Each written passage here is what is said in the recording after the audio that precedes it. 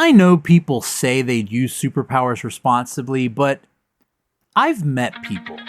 On this episode of Moving Panels, we discuss Chronicle. Welcome to Moving Panels, ignite the mic. From Gotham's alleys to galaxy's far, we dive in deep, we set the bar. Debates and takes, we bring the heat. Pull up a chair, join a seat. Moving Panels, where fandom takes flight. We review, discuss, and shed the light. Heroes, villains, every epic night. This is your show, your fandom's might.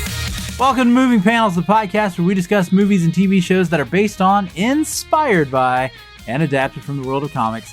I'm your host, Laramy Wells, and today is part 3 of our summer series where we are focusing on movies that aren't comic book adaptations. They are the inspired by part of our show.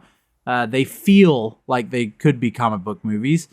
And joining me for this one, first up, is a man who would absolutely spend the first hour with telekinesis trying to see if he could make a cheeseburger float into his mouth from across the room. Please welcome Justin Baker. Oh, yes, I am always hungry with all the running I do, so... yeah, that's exactly what I would do. And also joining us is someone who I'm convinced would become a supervillain the second someone cut him off in traffic. He is our dapper Southern gent. Please welcome Blake Fowler. Laramy, it is a little too peoply out there for me, so yes, you are 100% correct. Yeah. Things would be so much nicer if it wasn't for all the people. You know, Dwight Schrute said it best. We need a new plague. So there you go. Well, today we are discussing the 2012 found footage superhero thriller Chronicle, released February 3rd of 2012. Directed, I actually forgot this until his name popped up. Directed by Josh Trank. That's right.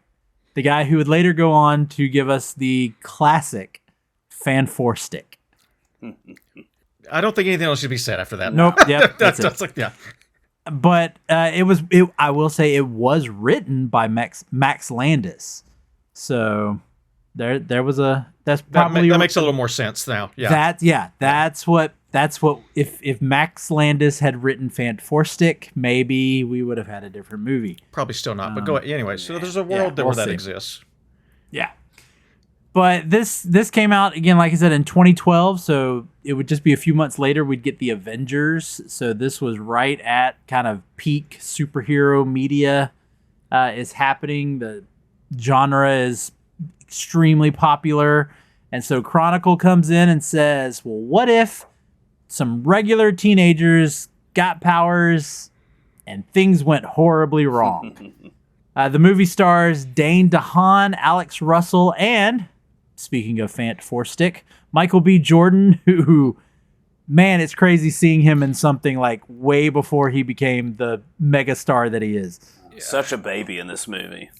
Yeah, the thought was like, this guy's been doing this for a long time now. Like he's like one of those MLB players who comes up when he's 19, and when he turns 25, you think he's been in the league for 20 years, but really he hasn't been. Yeah.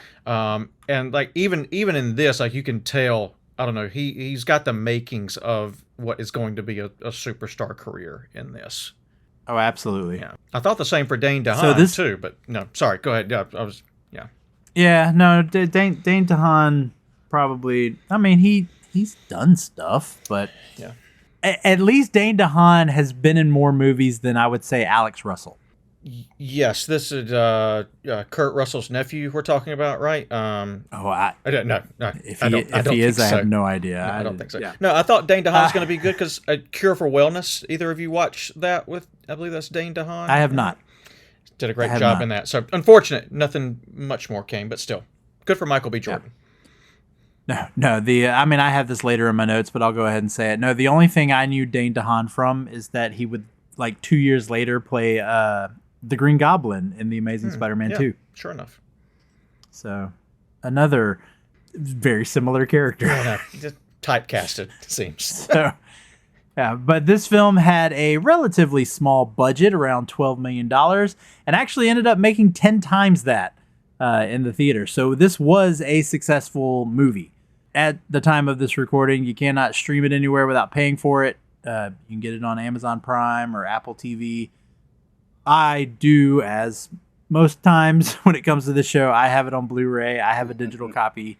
So how did you, first off, when did you first see it? and how did you watch it for this show? So the first time I ever watched Chronicle was actually my first year teaching. I was teaching down at Statesboro, watched it at the movie theater by the Small, and went there with a couple friends. It had kind of been advertised to us as like a superhero movie mixed with Blair Witch Project, with the first person perspective from the camera, the found footage. And it was kind of just viewed more as a, like, what if real teenagers became superheroes? Like, take out the villains, take out this, like a real stripped down movie. And so we're excited to go see it. I mean, I've seen pretty much all the Marvel movies at that time in that theater. So I was like, let's go see another superhero movie. And then, unfortunately, don't have it on DVD or Blu-ray, so had to rent it on Amazon earlier this week. So had to rent it and watched it over a couple days to prepare for this. How about you, Blake? Yeah, first time I watched it in theaters, back in the day, I was a big, like, by myself movie theater guy. Like, I would just go see anything and everything that was coming out. Enjoyed being in the theater and seeing that. So going to see this, kind of like Justin said, you kind of saw the previews and trailers for it, and it's a different take on the superhero trope. Again, these quote-unquote real teenagers, like what would actual people do with superpowers. Found that pretty interesting. And then, yeah, I do not own this on any physical media. Laramy gets the top prize for having that. But fortunately for me, I had some credit on Apple, so I paid 74 cents to watch this. Nice. So I would have paid full price for it. I enjoyed the movie again. So yeah, would have paid full price for it to watch it. Yeah. I appreciate you both spending your hard-earned money to prepare for That's this. a bubblegum machine visit I'm missing out on now, Laramy, because I will say, though, both of you saw it in theaters. I didn't see it till it came out on DVD, Blu-ray, whichever one was the first I actually watched. Gotta be committed, man. Gotta be committed to it. Yeah. No, but see, I also, unlike you, it wasn't until probably the last 2-3 years. Yeah, probably the last 3 years that I finally have accepted I can go to the movies by myself. Oh man, it's the best. Like, It's so good. Yeah, no, I've enjoyed it. I've gone to see a few things now by myself, but I used to not be that person. Like, I didn't want to go to the movie theater by myself. Nothing like a 9 a.m. on a Sunday. Well, once you get over that hill. But I mean, part of it has always been, I think movies are enjoyed with a group of people. Like, I think there's however, it's a different way to enjoy the movie. So, because I remember going to see The Ring. I think I've told this story before. Seeing The Ring in theaters, and just thinking, man, that was one of the freakiest, scariest movies I've ever seen. Then it came out on Blu-ray. I bought it, I was still watching it with people. I had my 2 roommates with me, and the 3 of us are sitting there watching it. We had all gone to see it in theaters, and 3 of us are sitting there watching it, going, "This is the stupidest movie we've ever seen." So, a lot of things could have been fixed real quick in The Ring, for sure. Yeah. So critics praise this movie for its grounded characters, its realistic feel, the unique approach that it had to superhero storytelling, and it definitely feels different. But this is all about the fact that it is not a comic book movie, but we're still going to get into our comic book connection. Step into the panels, heroes in action. Flip through the pages for your satisfaction. Feel the thrill and join a collection. It's the comic book connection. So spiritually, Chronicle feels like a comic book. It's obviously can be compared to something like the X-Men, where young people suddenly develop extraordinary abilities, but yet they still struggle with things like their identity and anger and fear and isolation. But I think this movie actually gets a lot darker than most X-Men movies. The character of Andrew feels like the kind of character Professor X would desperately try to reach out to before it was too late. There are also shades of comics like Irredeemable, Invincible, The Ultimate X-Men, or even The Boys. I'll talk a little bit more about Irredeemable in my recommendation, but it essentially asks what happens when someone with immense power breaks down emotionally. And visually, this movie also understands comic books because the powers start off small. They are moving baseballs, floating Legos, they're doing harmless pranks. Then suddenly people are flying through storms and destroying entire sections of a city like Goku. That escalation feels exactly like something out of a comic book. And so, let me ask the two of you, were there any like comic books or just comic book characters or anything comic book related that as you watched this movie, it reminded you of that? Yeah, I think you hit the nail on the head with the X-Men thing, because I see Andrew in this film as a Jean Grey type character.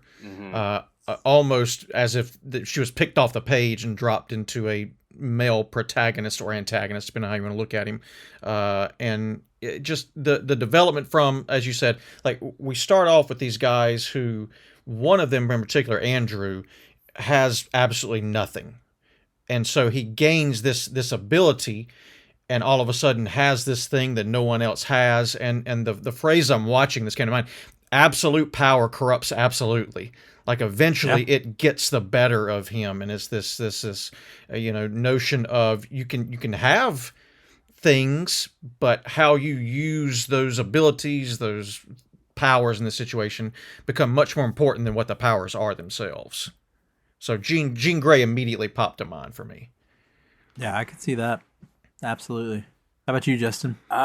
Not to layer on what Blake said, I agree with Jean Grey. I would add on Spider-Man, Peter Parker, just the moral dilemma, especially with, what was his cousin's name?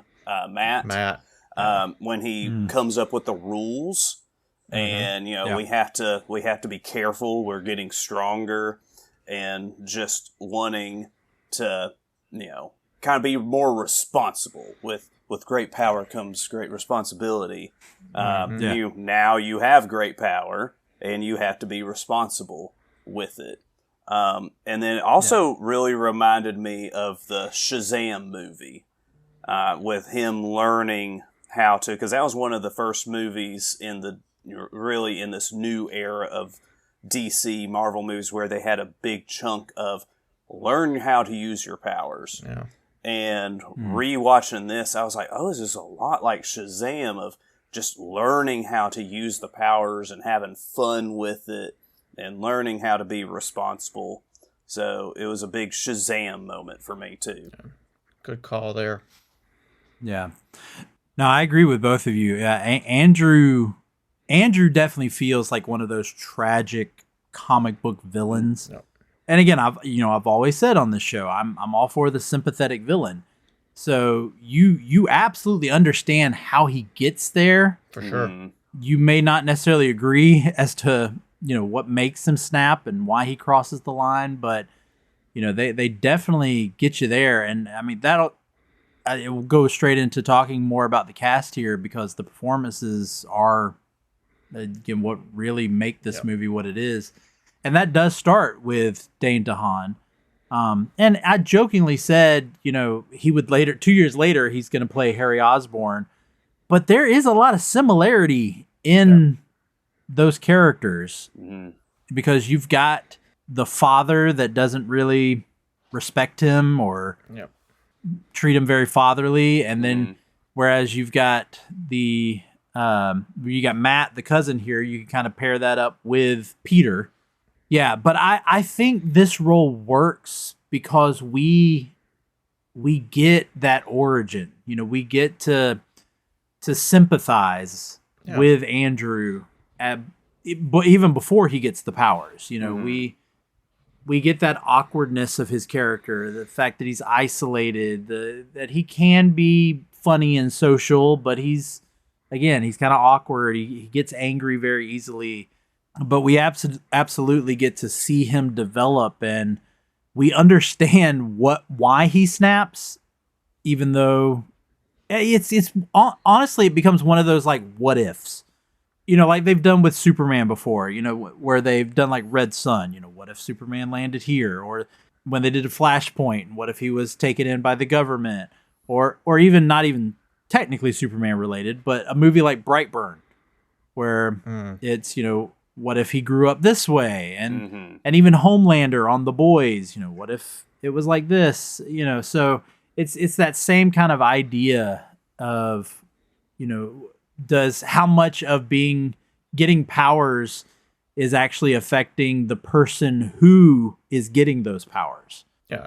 I think you're looking at a situation here too. Sorry to cut you off, but I think you're looking at a situation too here where you've got a character in Andrew who, as I said earlier, is coming from nothing, and you've got characters like Steve and Matt who have had things. They're relatively popular. They're not awkward around girls, so to speak, and so they understand this responsibility Justin's talking about that comes with this newfound popularity.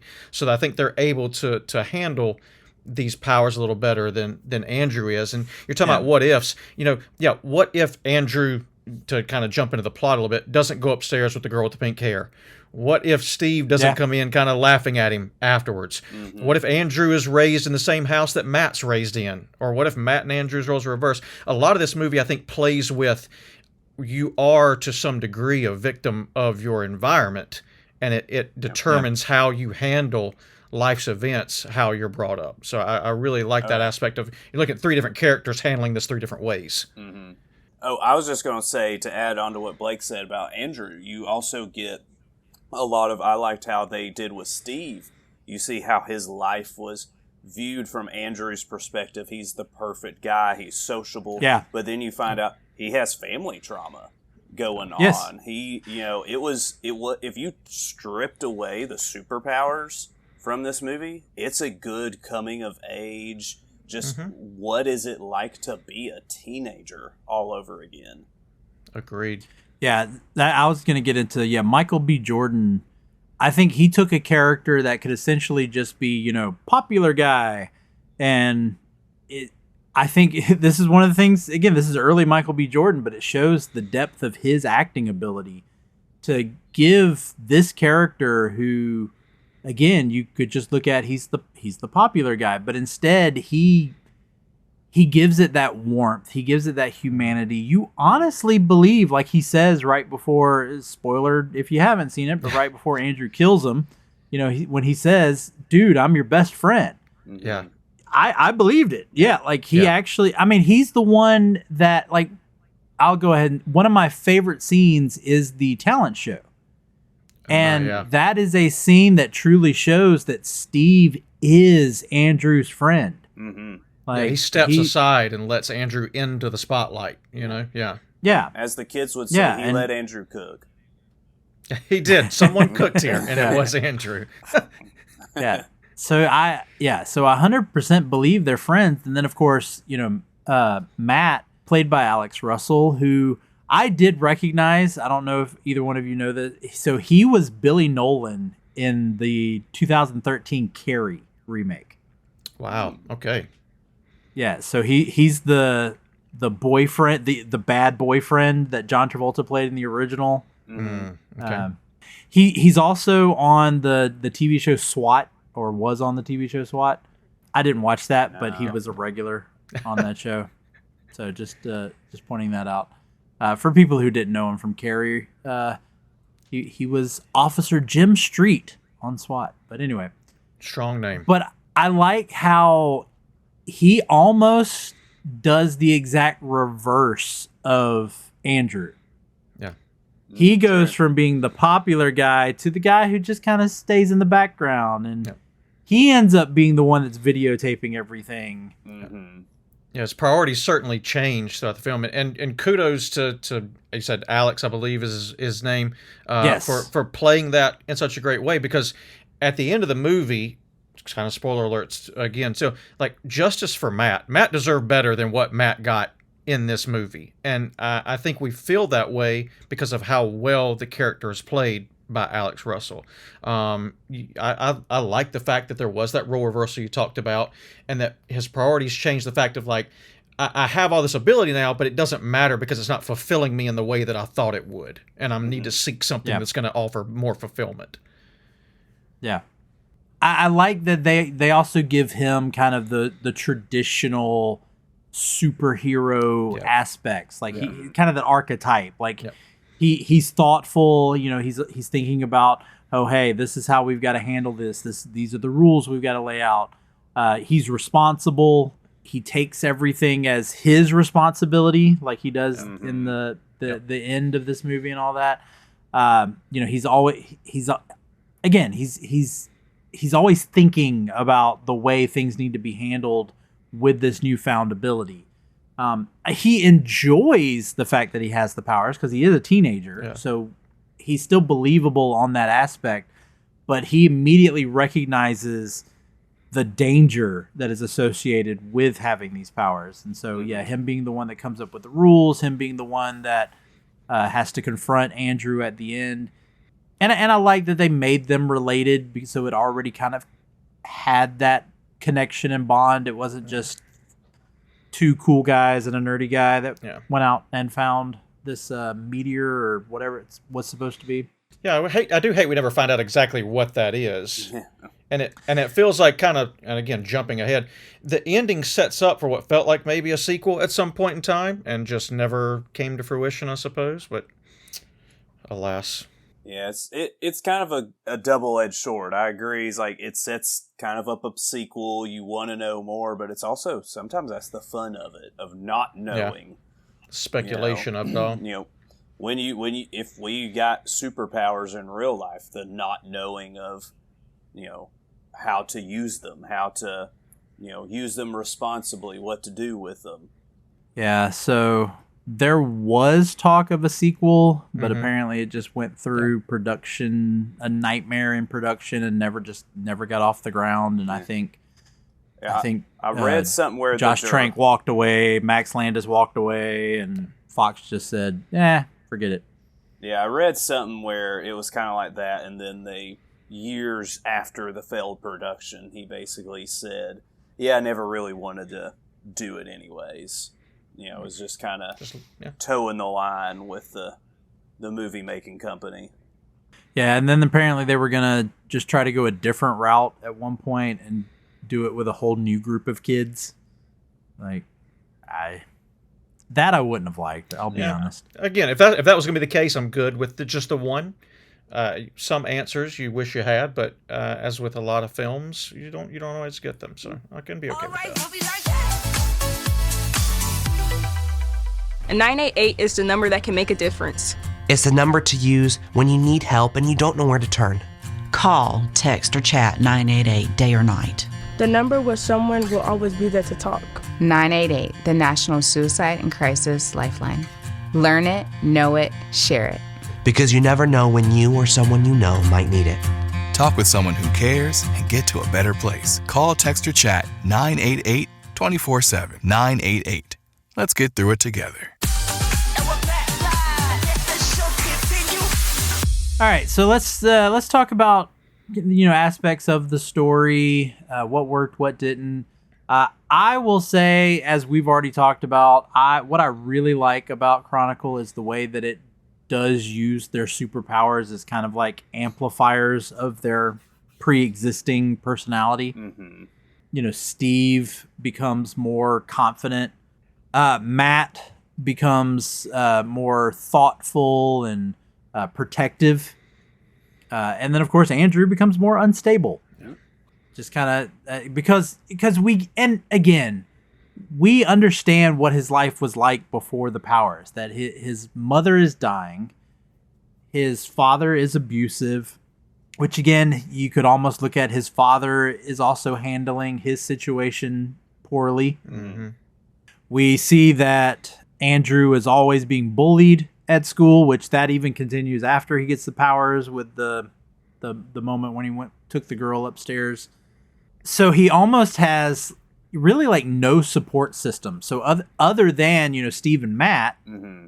I know there's when I was looking through and reading some some stuff to prepare, there was a lot of comments about how they think that he snaps and becomes evil too quickly, but I don't think he does. Like, I think the movie is showing someone who is already collapsing. Like, he's already, and I think they're showing that through his dad.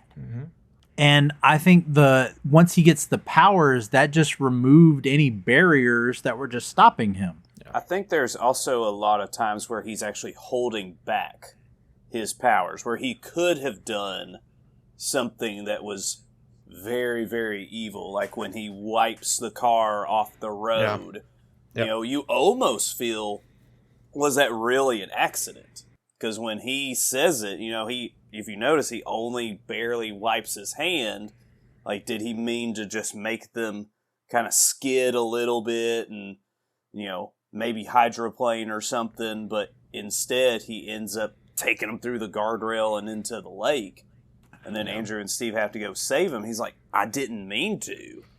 So it's kind of like, you know, he's teetering on that line. It's like Laramy, you said, like, he's already breaking down. I feel like you have those scenes where he's really like, I shouldn't do this, but, you know, I'm going to be the better person. Like, I feel like there were parts where he was just actually holding back the powers. Because, like, when the dad was abusing him, I think for the first couple times after he had his powers, he didn't do anything about it. You know, he could have beat up his dad or murdered his dad right then, but he did nothing. Yeah. Well, and this is where I find it funny that the actor that played Matt would later go on to be in the Carrie sequel, because essentially another telekinesis thing. Yeah. Essentially Andrew is Carrie. Yeah. For a lot of this. You know, it is he has these powers, he has the ability to use them against people, but it's really just him getting pushed and pushed and pushed and pushed that he just snaps. But I like too that they have that moment, you know, after the rules have been given out, after that accident that you talked about, and we see him just brutally kill that spider. So that for me is probably the most disturbing part of the film, and maybe it's because I'm just an animal person. Even with spiders, like if there's a spider in the house, we pick it up, we take it outside, we don't kill it. Watching him, you let the outside kill it. Well, you know, hey, that's what they do. Or sometimes we just leave them alone. They eat a lot of the bugs in the house. Sometimes the cats get them. That's unfortunate. But anyways, so like watching I'm gonna call it subtle euphoria of picking that spider up telekinetically and dispersing it, you know, on a whim. That's ingrained evil, for lack of a better term. Like that's who you already are. The powers allowed you to be that person more fully, but that's already built in you. And whether it's a product of his circumstance, because his dad is abusive, his mom is dealing with this, you know, clearly fatalistic illness, but that's already in Andrew. You know, it's not that this happened because of the powers. The powers exacerbated who he already was. Yeah. So I don't want to make this a discussion, so I'll just go ahead and put this out there. But this is a thought that I have to put out there. Andrew is essentially the type of person that would either harm himself or would be one that, and I'm going to say this as nicely as I can, would be one that we'd all of a sudden hear about on the news for a tragic incident. It's a tactful way of putting it, yeah. But let's move into something a little bit more, I guess you'd say on the bright side. So I've got a question to ask both of you. This movie makes everyone think about this exact question. If you suddenly woke up tomorrow with the powers from this movie, so flight, telekinesis, all of it, what is the first thing you're doing? I think it's going to have to be, I'm going to bring out my inner Jedi. Like you said, moving a grilled cheese sandwich closer to me. Yep. I mean, when I'm lazy, hey, the remote's over there, 5 feet from me. I ain't getting up. I'm bringing it over here, dude. You exactly wrote down. You said what I wrote down. I said everybody wants to say something like, "Well, I'd help people or I'd save the world." No. The first thing you're doing is you are trying to grab the TV remote without getting it. Yeah, That is the first thing dog you're wants doing. to go outside. Doors open. Go outside, bud. Close the door behind him. Boop. How about you, Blake? Well, as someone who's never been on a plane and has no desire to be on a plane, I would not fly. Would just, that'd be cool. I might float, but no flying for me. And yeah, as regular Joe as it sounds, I'd probably just use it for everyday stuff. Folding the laundry without having to get up. Yeah. Putting stuff away. Cleaning the cat litter would be a lot easier if I could just float the little panhandle shovel over there without having to get actually in the litter. So, yeah, life could be a little simpler. Does the telekinesis come with knowing the lottery numbers? I'd be really interested. Well, that's not telekinesis, though. Yeah, I know, but still. You can move the little balls. There you go. Yeah. Okay, so there we go. Exactly. Yeah, you would just have to get to, unless you have just range or something, you'd have to get to the studio. Well, they continued to build their quote-unquote muscles. I think you could develop that into maybe something more. So, yeah.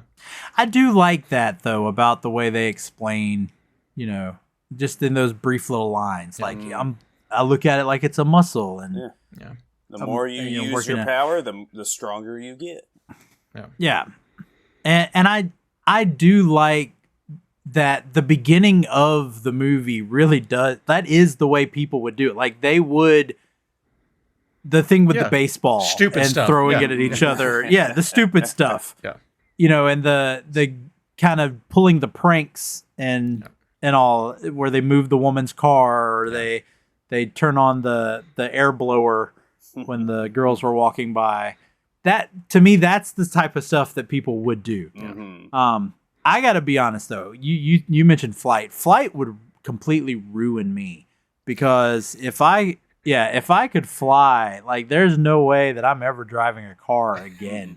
I don't know, but I have now a new fear of flying in a plane hitting me now after watching this. I'm saying, you just don't know. You never know. You just got to stay at a certain height. You can't go. Well, then the government's going to see you and you're being pulled in for testing, and now the jig is up. I got to get some really good cold gear from REI too. Apparently, I got to layer up if I'm gonna fly. Steve I'm was pretty decked out sure in if I was the height of if I was in the height of a plane, I'm pretty sure the government's going to see me there too. Well, hide in a cloud somewhere. Yeah. I think. Yeah, again, there's all the fun stuff that you would do if you had these powers, but do you think that power would change who you are, or reveal who you already were? Like, do you think it would affect you?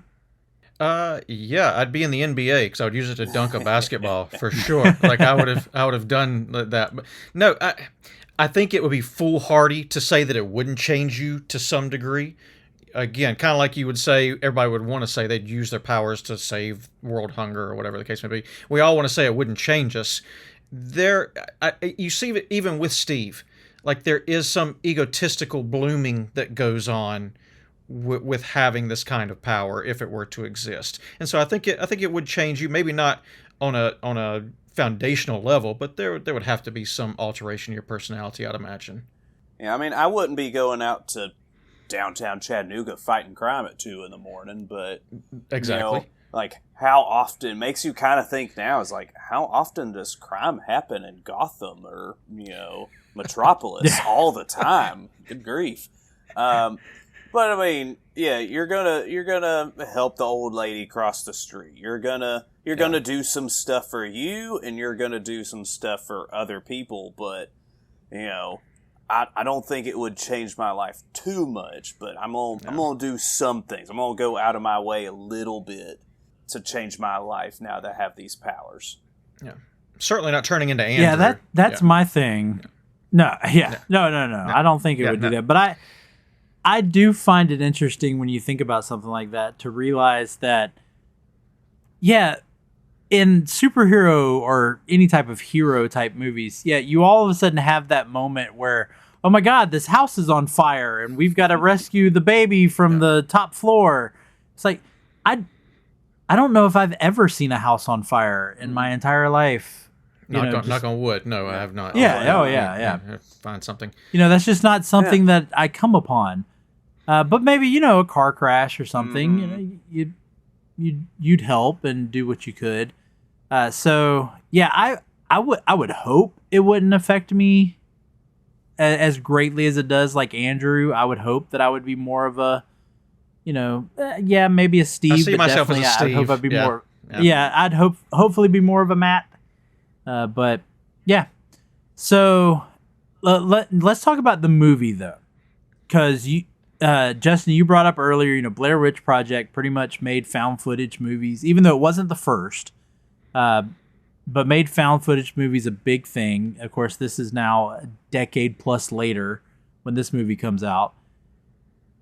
What did you think about this movie using the found footage aspect? Because I'll just go ahead and say I have mixed feelings. So I'm curious what you guys thought. I have the idea of it gives it more of a personal feel. You're not a third person looking at it. I mean, there were times that I forgot it was even a camera that was looking, especially when they have the powers to move it around. And, you could see all three of them together. And there were times I had to rewind the movie to kind of be like, well, let's see when they're holding the camcorder and when they're, moving it around. Like when Andrew and Steve are sitting on the skyscraper and he's now spinning the camcorder around them. I actually liked it. Like I said, it gave it a very personal feel. Probably the only thing I didn't like was I thought the CGI graphics were a little cheesy. But with the budget, I think that was kind of what they were going for. Like when they were flying or throwing stuff, it wasn't the best. But yeah, I didn't have a problem with the found footage style. It had a very, like I said, Blair Witch vibe, Cloverfield vibe to it. Yeah, Cloverfield certainly came to mind, especially with the fight scenes. The found footage, it isn't terrible. I did find myself a couple of times having to figure out, like, okay, where are they getting this found footage from? What camera are we using? We kind of lost the plot a little bit there with that. Yeah. But that suspension of disbelief is easy to do because the movie is very enjoyable. And like Justin said, the found footage shooting offers us almost like guerrilla warfare, like you are on the ground level in the middle of this, and it lends itself along with the feeling of we've all been an Andrew, we've all been picked on and downtrodden, and like so now you're viewing this not only feeling like him but from his literal point of view, and I think that tends to allow for a little more investment in the movie as well. Yeah, no, I think early on, the concept works really well. Yeah. Like, I think the movie is clever explaining why we're constantly seeing through things through a camera. I actually like the idea that we see them go into the hole and find the meteor or whatever it was, and then it just cuts, and then they're out in the backyard throwing the ball. It's like 3 weeks later, right? Like 2 or 3 weeks later. Yeah, there's no development, we don't get the moment where they discover they have powers. Right. We jump straight into they are playing with their new powers. So I liked that. And I like when, like you're saying, when they explain, like even just that moment where Andrew sets the camera down and then he is actually practicing making it float, and then when they're sitting on top of the building and Steve makes the comment, he goes, how long you been doing this with the camera? Like, you're getting really good with that. And so I like that. It works for those smaller moments. But when you hit the third act of the movie and we get the moment where they're at the Space Needle and he blows everybody's phone and camera out and surrounding him with it, and we're getting all the different shots. And I would have accepted that if they had changed the quality of the image each time. Yeah. Because I get we have to, suspend disbelief, but you're wanting me to accept that literally everyone who we are seeing through their camera, their phone, whatever, is this high definition, pixel perfect camera. And then the fact that some people, while the battle is happening, because we do get it from I guess you're supposed to assume there's someone like on this rooftop, like leaning over to record what's happening. But these people are getting these perfect cinematic shots. Did you know those first generation iPhones were great? Yeah. Oh my goodness. Werner Herzog might have been up there recording that fight. You don't know. Yeah. I'm just because even the security camera stuff. Yeah, it looks like, great quality. I need some glitches. I need it to be choppy. Like I think that's why I actually do like Cloverfield, is Cloverfield does do that. Yeah. Like it does have those moments. It has a lot more of the shakiness, and we get the hood actually on the screen. Mm-hmm. And so, not to mention the fact that the guy behind the camera is named Hood. But yeah, at some point in this movie, I just start going, oh yeah, this is supposed to be from somebody's camera. Yeah. But it's being shot like a Michael Bay movie. Yeah. Like why is the news footage so mine was like, why is IMAX ready? Why is the hospital CCTV just like ready to drop in theaters at any moment? Sure. Yeah, I get you. Yeah. And so I do think the found footage concept, it starts as the movie progresses, it starts to get stretched pretty thin, because it wants to be, as it gets to that third act especially, it wants to be this massive superhero spectacle. Mm-hmm. They're battling very similar to, I made the joke earlier, a Dragon Ball Z type battle, or you could even go into the Matrix, the way that they battled. And those scenes are cool, but the fact that it's still wanting to maintain the gimmick of a found footage movie, it takes me out of that. I can see that. I almost wish they had either committed to one or the other. Like committed to the found footage aspect and make it not look as clean, or do something like some movies have done. One of my favorites is it's called Behind the Mask, where they literally stop the found footage aspect of the movie and make it look like an actual horror movie in that case.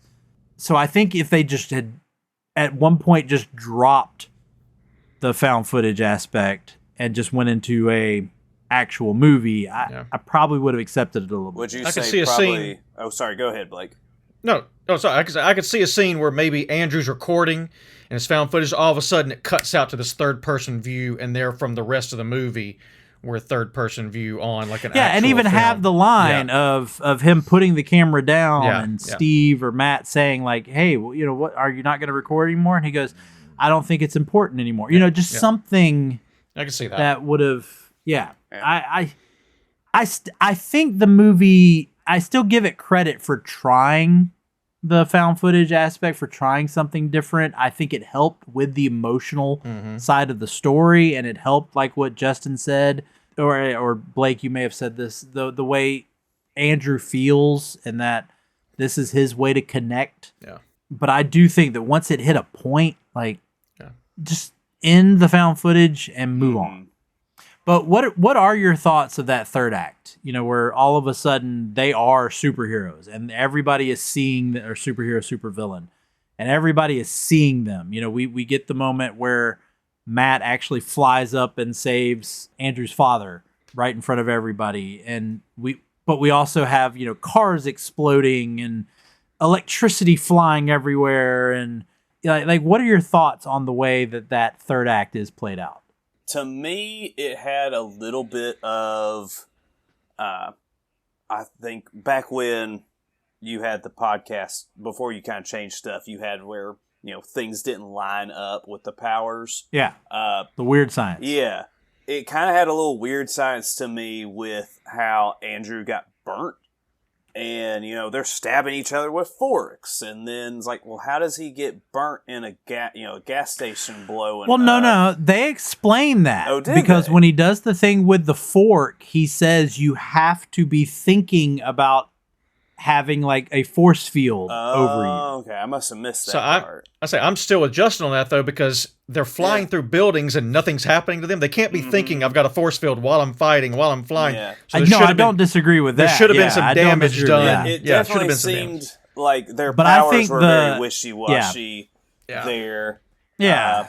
No, I think with him being on fire, I think it was the fact that he didn't realize the explosion. He was about to cause that explosion, so he didn't prepare for it. Or you could almost say like he prepared. He did protect himself, which is how he survived it. Yeah. He just got he got an initial burn from it. I guess I had missed that little part. It had a very, I'd say, Grand Theft Auto vibe to it of let me do all this stuff. You get him, especially from Matt's point of view of let me catch the dad, and and he's doing all this stuff, and the cops are trying to get him too. I felt like that was something in real life. If you showed off superpowers, if I go in front of a cop and start flying or doing something, I'm going to get in trouble. Probably. What are you doing? That's not right. It was a little hard to follow along, too. It was just kind of one of those, it's nighttime, it's all this different points of view with the cameras and everything. Like, I was watching it with Brittany, and she's like, I have no idea what's going on. She's like, because, like you said, cars are blowing up, and then this is happening over here, and, what's going on?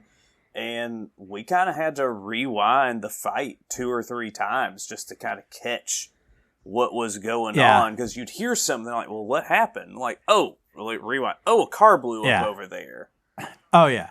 Oh, I will say the moment that always throws me, and even though every time I see it, and I've only seen it a handful of times, but every time I see it, the moment that always throws me is when he hits him with the bus. Mm-hmm. It's like, where did the bus come from? Got there pretty quickly. Yeah. It did have some good comedic stuff in there, like you said, with the guy. He's leaning over the railing, and he's filming them fighting out in the streets. It reminded me of every dude. A storm's coming, tornado's coming. All right, honey, whatever. She's like, get away from the railing, and then they come through the living room. And then they come through the ceiling. Where she's at. He's perfectly fine on the balcony. Where she was the place you didn't want to be. So yeah, I did like that, and that's another part where the found footage aspect worked. Although you still have to go with who got that footage, who realized that guy had that footage. Yeah. Maybe they just got that footage. Maybe they just asked for everybody who recorded the fight between the metahumans. Let's turn it in. Yeah. But we'll never know. There's not a sequel. Not a sequel. Yeah, the third act is it's a lot. There's a lot happening, and a lot didn't need to happen, in my opinion. This is, again, I enjoyed the movie, but this is kind of where it falls apart for me to some degree. Yeah. I just feel like this was not the right venue for them to fight in either. I know that obviously he's at the hospital, so they're already in this downtown Seattle area anyways, but I feel like there's more of a full circle moment if you take this fight back out to where the initial, meteor's found. I would have liked to have seen a fight out in the woods and using, these natural elements with these quote unquote supernatural powers out in the middle of the forest somewhere. Would have been better for me. Because this felt very Superman versus Zod in the middle of the city fighting kind of deal. And so I don't know. It didn't really do it for me. The only thing that keeps it okay for me is the kill shot, for lack of a better term. It's an awesome scene of the spear and him hanging in the middle of it. That's a comic book scene, that end shot right there. Absolutely. And that's a payoff that I'm willing to sit through the rest of that for. And you talked about, Superman versus Zod. Yeah. It's very similar to kind of end of Man of Steel, where Superman, people always talk about, well, Superman killed Zod. He didn't have a choice. Right. Like, it was essentially that I don't want to do this. He even says it. Don't make me. Yes. I don't want to. But you can't keep doing what you're doing. Yeah. Like, I have to stop you. Yeah. I mean, that's superhero storytelling. But at the same time, I think that the ending of Andrew, the tragic ending of Andrew, it still feels very human. Yeah.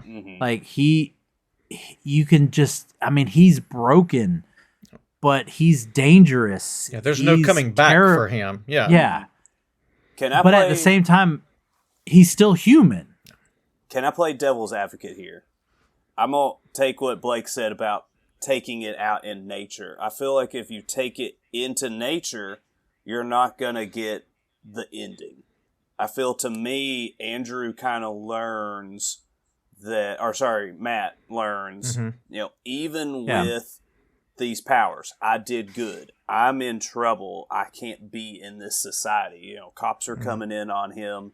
Yeah. And he has to flee. If you have that fight out in the woods, does that happen? I'm with it. That's a really good point. That's a really good point.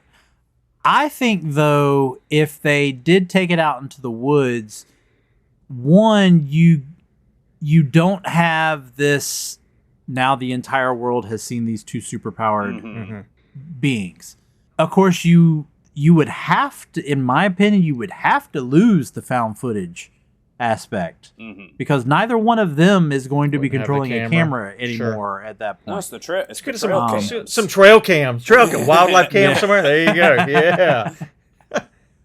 So I do see your point. Like it does. Yeah. It makes his personal exile that he does at the end. Well, too, and thinking about it in Justin's point of view, like if they're not in the city, Matt probably doesn't see the damage Andrew's going to cause to other people. He witnesses this carnage that Andrew's going to inflict on everybody because of everything Andrew's been through. And if I don't stop him, you probably don't get that out in the wild to that point. Yeah. You don't get the moments of he's going to kill people. Yeah. He's going to hurt people. I would say Andrew would probably kill Matt in the woods. At that point, he's probably almost twice as strong as Steve and Matt at that point. Yeah. Agreed. Yeah.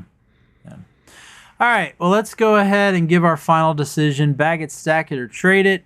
So, Justin, what say you for Chronicle? This is a toughie. It is right on the fence of bag it and stack it for me. But I'm going to have to go with stack it. Just because how wonky the ending kind of gets. And like I said before, I'm not the biggest fan of the CGI. It felt a little cheesy to me. It took me out of the movie just a little bit. But I had to remind myself, it's a low-budget movie. But it's also just the rewatchability. Yeah. I'm not going to watch this probably by myself. If somebody wants to watch it or somebody mentions it, I'm going to be, hey, let's watch this. You got to watch this movie. It's a must-watch. But it's just not something that I'm going to go and watch whenever I want. So for that, it's going to be high on the stack, almost a bag it, but high stack. All right, Blake, what about you? Yeah, almost verbatim there from Justin. It's certainly a stack it. It's a great on a rewatch, especially if you are watching with someone who's seeing it for the first time. It offers up great discussion, but the ending gets a little clunky. It gets caught up in its own feet at certain points with the different found footage angles, and as Justin said, the CGI. We're talking about a small budget of $12 million here, but that at that point in time, it's still not super great. Stack it. Good movie. Rewatchable. Yeah, I'm right on par with everything you guys said. I'm reading through my notes going, yeah, y'all pretty much covered it. It was, I, like Justin said, I kind of went back and forth of, do I bag this one? But I put it as a stack it for almost the same reasons. I think this movie does a lot of smart things. The performances are amazing. The emotional aspect of the movie is strong. The powers feel believable. I will go against Justin. I don't think the CGI is that bad in this. I think it holds up, now 14 years later. I think it holds up pretty well. But for me, it again comes back to that found footage concept. Like, it just starts, it worked early on. It allows the movie to feel intimate, allows it to feel more grounded and realistic. But by that finale, it starts to feel like all of a sudden we are having to believe the entire city are professional cinematographers. Yes. And while the spectacle is a fun one, it loses some of that the first half of the movie was so good at, that realism, Correct. that grounded realism, I should say. But this movie still deserves credit for trying something different. It is still one that I've said I've watched it a handful of times. It is one that I do enjoy watching. I'm not watching it all the time, but I do enjoy it, and you can feel that this movie did later influence stuff like possibly Brightburn and those darker kind of superhero, or even something like Carrie that came out like the very next year. This probably had some input in the way that the cinematographers and editors and directors kind of looked at the way you tell a story like this. So, yeah.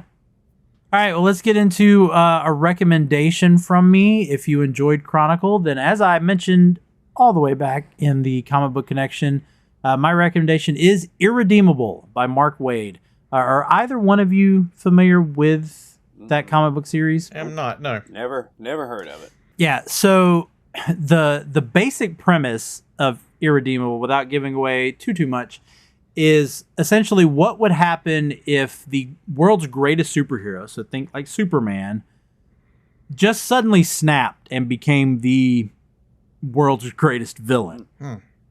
So the character is called the Plutonian in the comic, and he was the symbol of hope, and he was the protection of the world, and then he becomes the world's greatest threat. And so you can even, I mentioned Invincible earlier. Think about the way Omni-Man, snaps at the beginning of Invincible, kind of that same thing. So just like Chronicle, it's the realizing how emotionally broken this character has been. And so the comic starts to reveal all the years of the pressure and the isolation and the unrealistic expectations that the Plutonian has had to endure as being this Superman godlike character, and that it started to make him feel disconnected from humanity.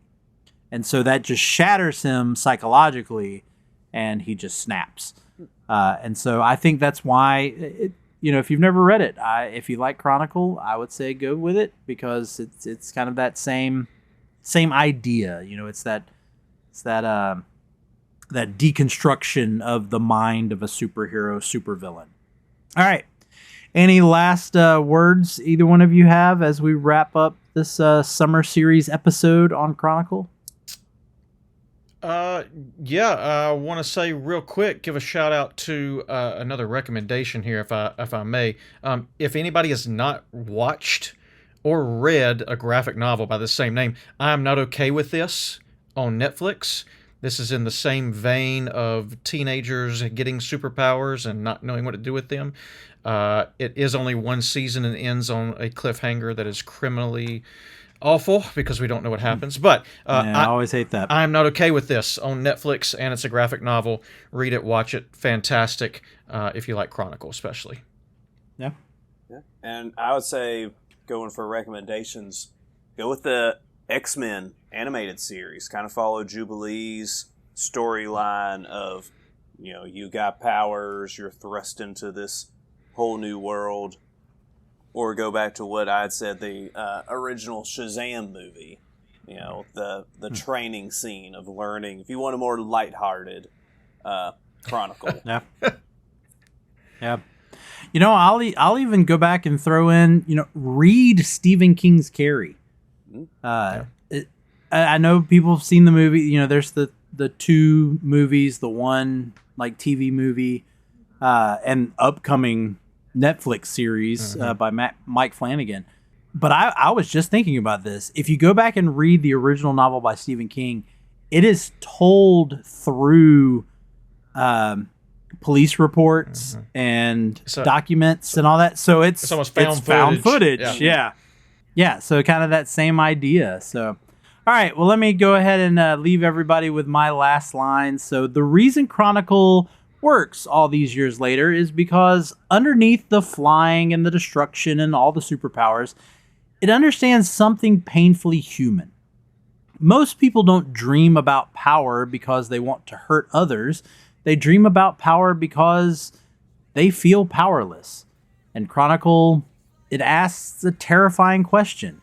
But what happens when someone carrying that much pain finally gains the ability to make the world feel it too? And for today, for Moving Panels, I'm Laramy Wells, and I'll see you on the other side of the page.